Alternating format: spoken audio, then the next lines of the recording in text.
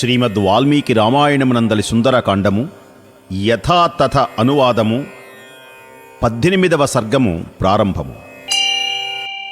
శ్రీ ఆంజనేయ స్వామి పూలతో నిండిన వృక్షములు గల ఆ వనమును అంతటా గాలించుచు సీతాదేవిని గుర్తించినంతలోనే వేకువజాము అయినది. 3 జాముల రేయి గడచింది. 4వ జాము నడుస్తోంది.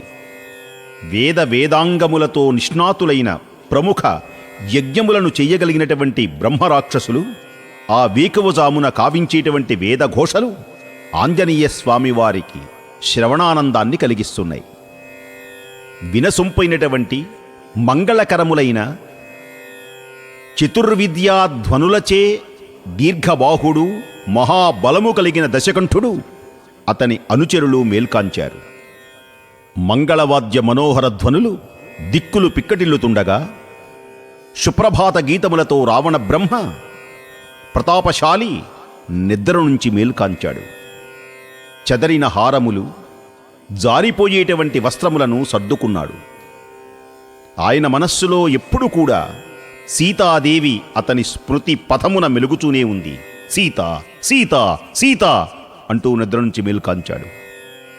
సీతాదేవిపై మరులుగొనియున్న అతనిలో ఇంకా కామ వికారాలు చెలరేగుతూ ఉన్నాయి. మదోన్మత్తుడైనాడు రావణుడు.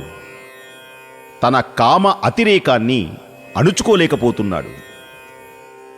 సర్వాభరణ భూషితుడై నూతన శోభలతో తేజరిల్లుతున్నాడు. వివిధములైనటువంటి ఫలములతో పువ్వులతో శోభిల్లుతున్న వృక్షములు గల అశోకవనిలోనికి ప్రవేశించాలి అని భావించి తన భార్యలను వెంటన పెట్టుకుని ముందుకు సాగుతున్నాడు రావణుడు. అశోకవనిలోనికి ఆ అశోకవనం సరస్సులతో నిండి ఉన్నది. నానావిధ పుష్పములచే శోభిల్లుతున్నది. నిరంతరం మత్తిల్లినటువంటి పక్షుల యొక్క కలకల ఆరావములు అద్భుతావహమై చిత్ర విచిత్రంగా ఉన్నాయి.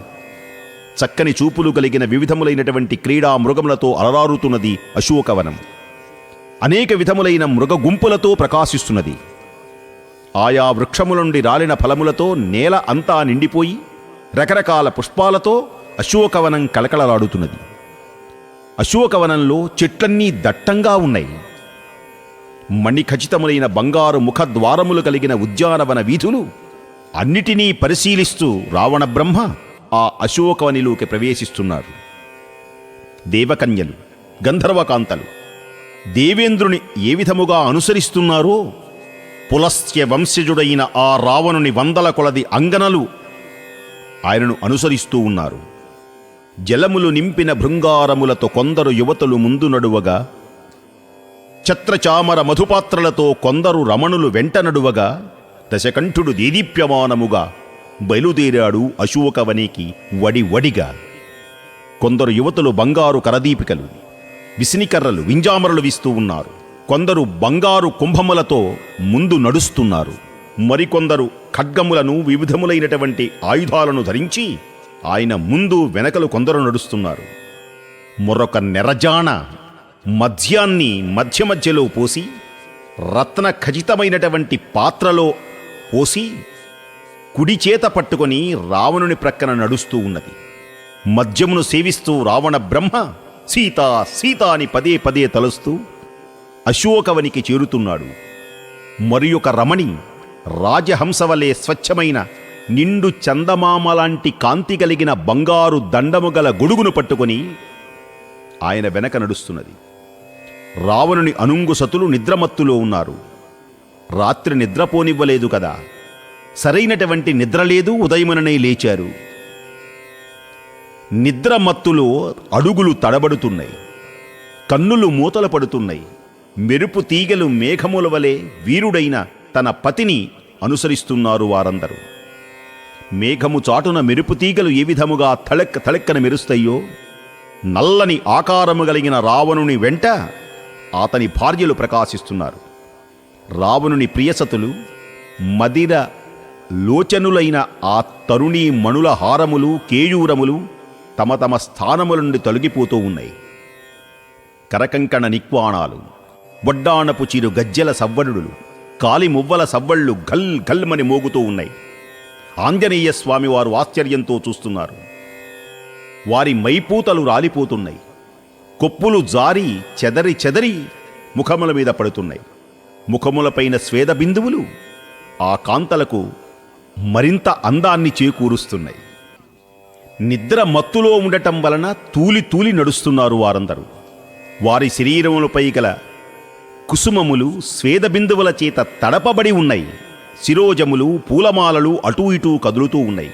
ప్రియ భార్యలు ఆదరాభిమానాలతో వెంట వస్తూ ఉంటే కామాతురుడైన రావణుడు ముందుకు సాగి వెళుతూ ఉన్నాడు.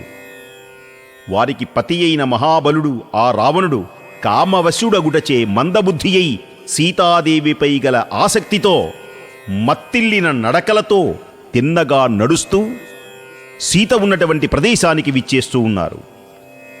ఆ సమయంలో ప్రక్కన ఉన్నటువంటి కాంతలు, పద్మినీజాతి స్త్రీలు, ఉత్తమ స్త్రీలు, వడ్డాణపు సవ్వళ్ళు, అందెల రవళ్ళు ఆంజనేయ స్వామివారి చెవికి ఆనందంగా వినిపించినాయి. దుస్సాహమైనటువంటి కార్యములు చేసేటువంటి వాడు, అమిత బల పరాక్రమశాలి అశోక ద్వారానికి విచ్చేస్తూ ఉన్నారు. ఆంజనేయ స్వామివారు చూస్తున్నారు. సుగంధ తైలములతో తడుపబడిన అనేక కరదీపికలను ధరించి స్త్రీలు ముందు నడుచుచుండగా వాటి వెలుగులలో ఈ రావణుడు మరింత కాంతితో వెలుగొందుతున్నాడు. కామం, గర్వం, మదం పిచ్చు పెరిగిపోయింది. సీతా సీతా గర్జిస్తున్నాడు.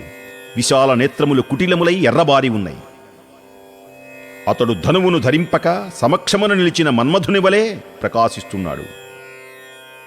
మధింపబడినటువంటి అమృతపు నురుగు వలె స్వచ్ఛమైన నిర్మలమైన ఒక ఉత్తరీయం జారుతూ ఉన్నది.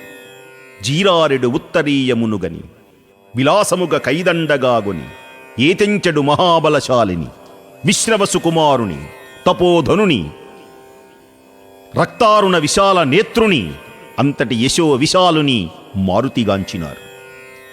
కేయూరము చిక్కుకున్నది. విలాసంగా నడుస్తున్నాడు. రావణుడు సమీపిస్తూ ఉండగా హనుమంతుడు ఆకుల కొమ్మలలో నుంచి ఆ వైభవాన్ని చూడాలి అని కోరిక కలిగిందేమో ఆకులన్నీ ప్రక్కకు తీసి చిన్ని రూపంతో ఆంజనేయ స్వామివారు చూస్తూ ఉన్నారు. నలుదిశల పరికించి చూచుచున్న హనుమంతుడు రూప యవ్వన సంపన్నుడైన రావణుని ప్రియ పత్నులను కూడా ఆంజనేయ స్వామివారు చూశారు. సుందరీ మణులచే పరివృతుడై మృగముల ధ్వనులతో పక్షుల కూజితములతో నిండిన ఆ ప్రమదావనమును ప్రవేశించాడు రావణుడు. వధించి ఉన్నవాడు, విచిత్రములైన ఆభరణములు ధరించినవాడు, గర్వముతో చెవులు రిక్కించినటువంటి వాడు, మహాబలశాలి విశ్రవసుని యొక్క పుత్రుడు రావణుడు తేజోమయుడై వెలుగొందుతూ ఉండగా ఆంజనేయ స్వామివారు ఆశ్చర్యంతో తిలకిస్తున్నారు. తారలలోని చంద్రుని వలె ఇలా కాంతల మధ్యలో రావణుడు ప్రకాశించారు. మహాబాహువైన ఈ రావణుడు లంకాపురి యందరి మహాప్రాసాదమును శయనించి ఉండగా ఇంతకుముందే ఒకసారి చూశారు. శయన మండపంలో ఐరావతపు దంతపు మునలతో, పోరున పొడిచిన గంటులతో, చక్రాయుధపు ప్రహరణములతో, వజ్రాయుధపు ప్రఘాతములతో, జయ పరంపరల గురుతులతో, కీర్తి చిహ్నమగు కాంతులతో, లంకేశుడు శయనించే కాంతలతో, సీతకై వెదికే మారుతి ఆశతో మరల రెండవసారి చూస్తున్నారు. దివ్య తేజోమూర్తిని చూడాలి అని కోరిక కలిగి కొంచెము క్రిందకి దిగారు ఆంజనేయ స్వామి. మహా తేజస్సాలి అయిన ఆంజనేయ స్వామి ఆ రావణుని తేజస్సు ముందు నిలువజాలని వానివలే అతని చేష్టలు గమనించుచు ఎవ్వరికీ కనపడకుండా ఆకులో ఆకై, పువ్వులో పువ్వై, కొమ్మలో కొమ్మై, రెమ్మలో రెమ్మై ఆకుల చాటున ఒదిగి ఉన్నారు ఆంజనేయ స్వామి. నల్లని కురులతో శోభించి శుశ్రోణియై తన వక్షస్థలమును సర్దుకొని నేత్ర సౌందర్యములు కలిగినటువంటి సీతాదేవిని చూడాలి అని కోరిక కలిగిన రావణుడు ఆమెను సమీపించారు. ఇది శ్రీమద్ వాల్మీకి రామాయణమునందలి సుందరకాండము యథాతథ అనువాదము 18వ సర్గము సమాప్తము.